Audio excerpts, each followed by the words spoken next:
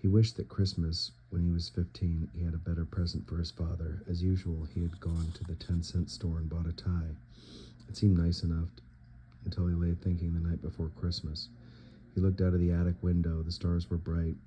"Dad," he once asked when he was a little boy, "what is a stable?" "It's just a barn," his father replied, "like ours." Then Jesus had been born in a barn, and to a barn the shepherds had come. The thought struck him like a silver dagger. Why should he not give his father a special gift too?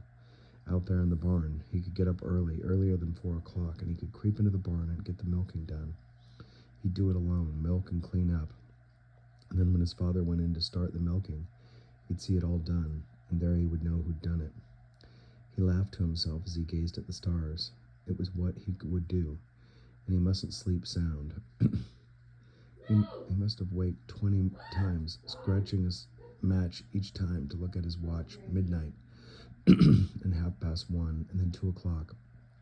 At 2:45, he got up and put on his clothes. He crept downstairs, careful of the creaky boards, and let himself out. The cows looked at him, sleepy and surprised. It was early for them, too. He had never milked alone before, but it seemed almost easy. He kept thinking about his father's surprise. His father would come and get him, saying that he would get things started while Rob was getting dressed. He'd go to the barn, open the door, and then he'd go to get 2 big, empty milk cans.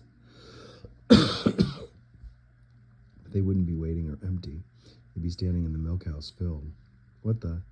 He could hear his father exclaiming. He smiled and milked steadily. 2 strong streams pushed into the pail, frothing and fragrant.